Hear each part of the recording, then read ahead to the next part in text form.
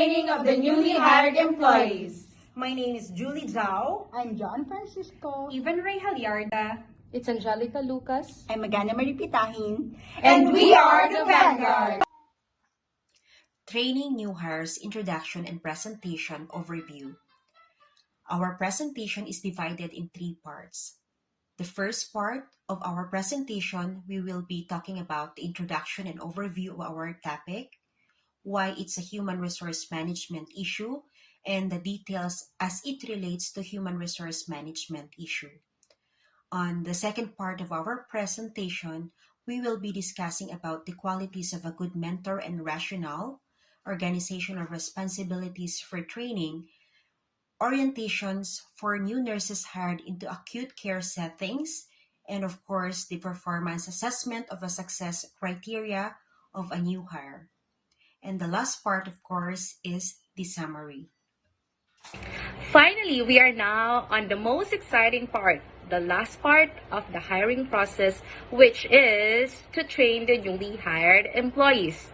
On this video, we will tackle why is it an issue in a human resource management? What is the significance? What is the importance? All of these questions will be answered on this video. So first, a critical success factor in any organization is a well-trained staff. Second, it helps to develop and improve the knowledge and skills of a newly hired employees to meet the organizational needs. And the main objective of the human resource management is to increase the individual and organizational productivity. Training, it is an important part of the hiring process because at this stage, we teach the newly hired about the company's values, mission, vision, goals, as well as to be successful in their individual role. And let's take a look at deeply the meaning of training. This is the process of helping the employees developing their personal and organizational skills, knowledge, and ability. And there are appropriate steps to follow while training a new hire. First, the new employee goes through an orientation, and then he will receive an in-house training on the job specific areas. Next, the employee will be assigned to a mentor. And then, as the job duty grows, he may engage through an external training. Mentor. Mentor plays a vital role in a training process. Who is a mentor? A mentor is a trusted, experienced advisor who has a direct investment in the development of an employee. It can be a supervisor or it can be an experienced colleague. So in a hospital, it can be your senior nurse. Who can be a mentor? Here are the qualities of a good mentor. First, mentor should have a respectful attitude, who is not harsh, who is not mistreating the new employees, who is not overpowering the novice nurses to be successful in their training. Second quality is enthusiasm for sharing that expertise. A success of a newly hired is through their mentor because employees should be knowledgeable and should be confident, especially the nurses, when they're doing their practices. Next, the mentor should provide the professional and personalized feedback as well as the career advice. By giving the feedback, it allows to acknowledge the strength and motivates the nurses to work on their weaknesses.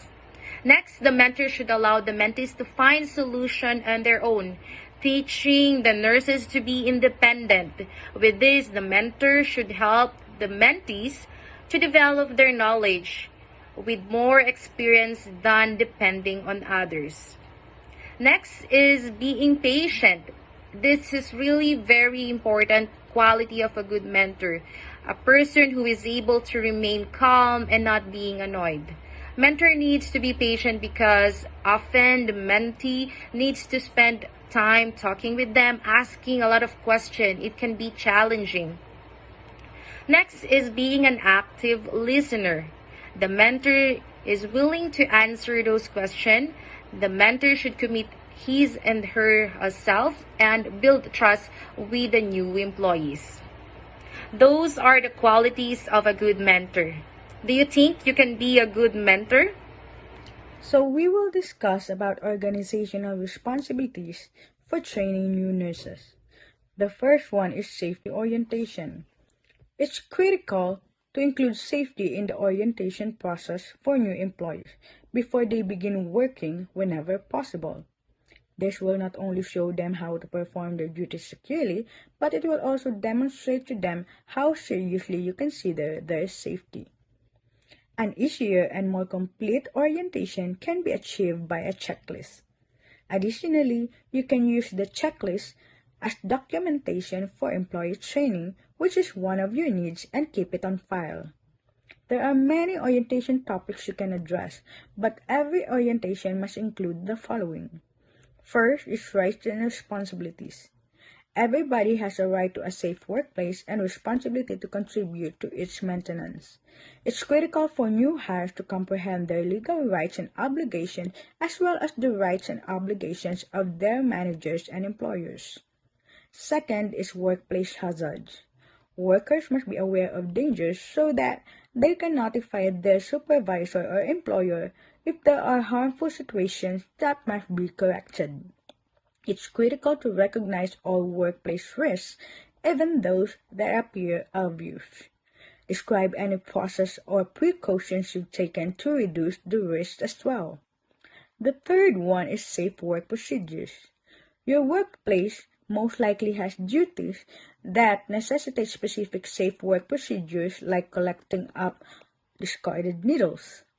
These step-by-step safe work practices must be taught to employees. Don't just give them the instructions or have them read them. Make sure they understand how to complete the assignments safely. So, the next responsibilities of training new nurses is training workers for their specific tasks. It's crucial that before they begin a job, your employees receive supervision, practical training on the duties they will perform. You must specifically see to it that staff members receive training in the following areas, like perform tasks safely, operate machines and equipment safely, use and maintain any required personal protective equipment, and follow safe work procedures. Then, another responsibilities is provide supervision and ongoing training. Under this is training records. You are in charge of keeping track of each employee's instruction, training, and supervision. You can use a variety of sample checklists to aid in your orientation and training. They can also be used to record the training that has been completed. And the last one is supervisor training. Even though they may not be referred to as supervisors, some employees in your company may be managing their co-workers in reality. You must make sure that any employees you intend to assign supervisor duties to have received the appropriate training and are aware of their duties with regard to health and safety. Orientation is the process of getting to know your job responsibilities and your institution.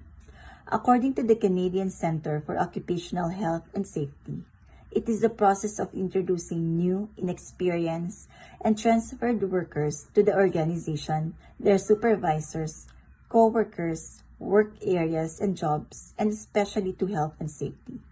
During this phase, each employee develops the knowledge, skills, and abilities that are necessary to work in a safe and healthy manner.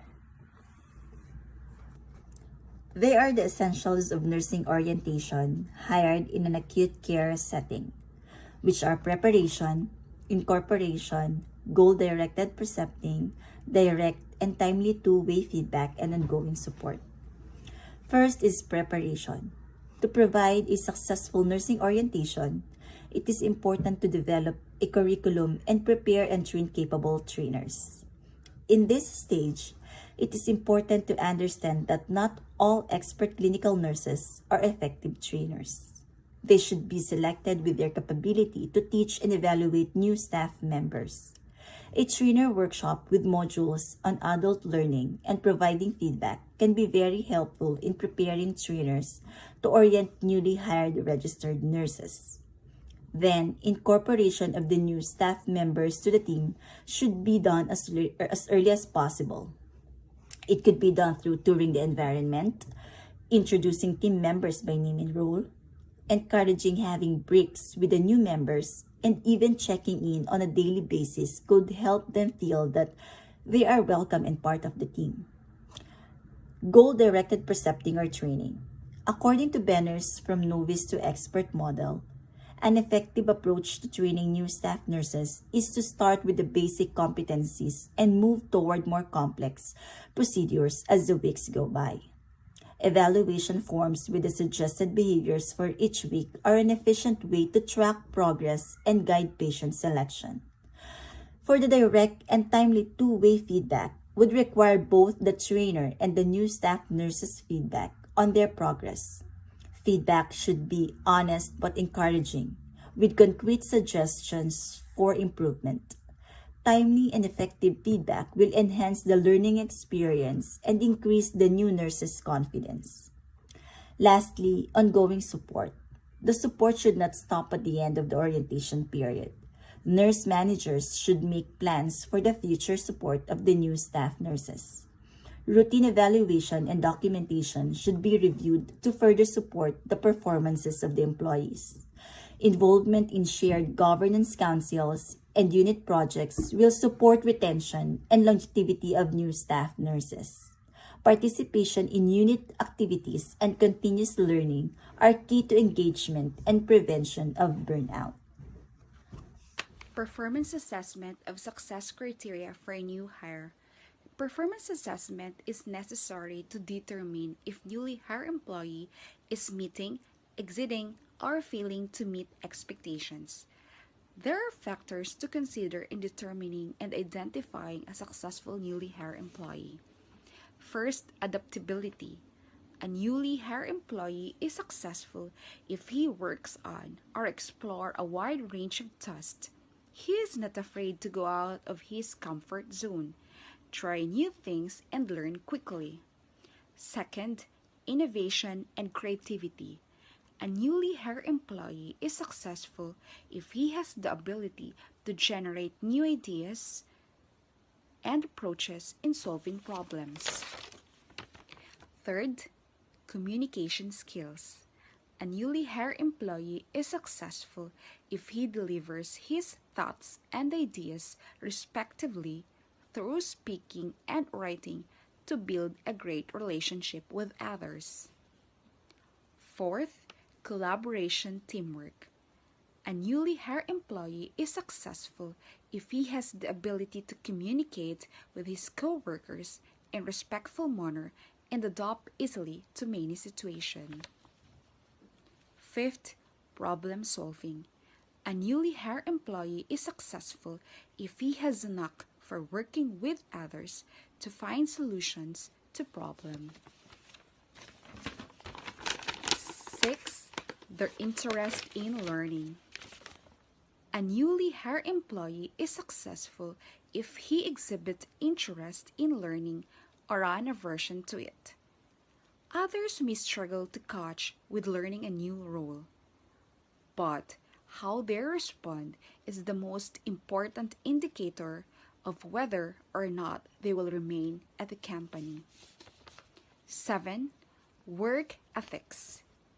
A newly hired employee is successful if he is punctual and have shown interest or excellent work behaviors in every aspect of the job. 8. Individual effectiveness. A newly hired employee is successful if he displays a cooperative attitude in the workplace, exhibits sincerity with others to achieve objectives. 9th, job knowledge. A newly hired employee is successful if he displays an acceptable level of knowledge regarding his specific role, even though he is still new. 10th, an ongoing skills improvement. A newly hired employee is successful if he displays an interest and uses initiative to not only maintain current skills but continuously upgrade skills to meet changing requirements of the job. Additional information on the performance assessment of a success criteria for a new hire. A new hire is considered successful in their new role when they have the ability to meet goals. Objectives are identified clearly, making sure that goals are measurable, attainable, and realistic within a measured time period. New hires are successful when they consistently meet the recommended work quality standards, being consistent, attentive to detail, accurate, neat, thorough, and simple as following procedures describe the quality of a new hire's work. Motivation has a significant role for new hires simply because it allows management to meet the company's goals. Highly motivated employees can lead to increased productivity and allow an organization to achieve higher levels of output. Teamwork collaboration is essential in any role. Working in a team encourages personal growth, increases job satisfaction, and reduces stress. Thus, new hires gain successful when they have met these requirements. People who show initiative demonstrate they can think for themselves and take action when necessary. In an organization, they need to take initiative to develop the processes and solve problems which a new hire can be successful if they have this requirement. A graphic rating scale measures performance of the new hires can be helpful that assess team members for their attributes and how they fulfill their daily responsibilities. These allow organization to rank employees' performance from poor to excellent. To sum up our presentation, we have learned the importance of mentoring and having a good mentor, providing orientation to inform new employees, and organization responsibilities. And lastly, we have learned the performance assessment as a success criterion for a new hire. In a human resource management issue, training new hires' purpose is to ensure success and the organization will get a return on the investment for hiring them. Because if human resource management trains the new hires, it prepares them to do their job and help them work more effectively. Here's our references for this video.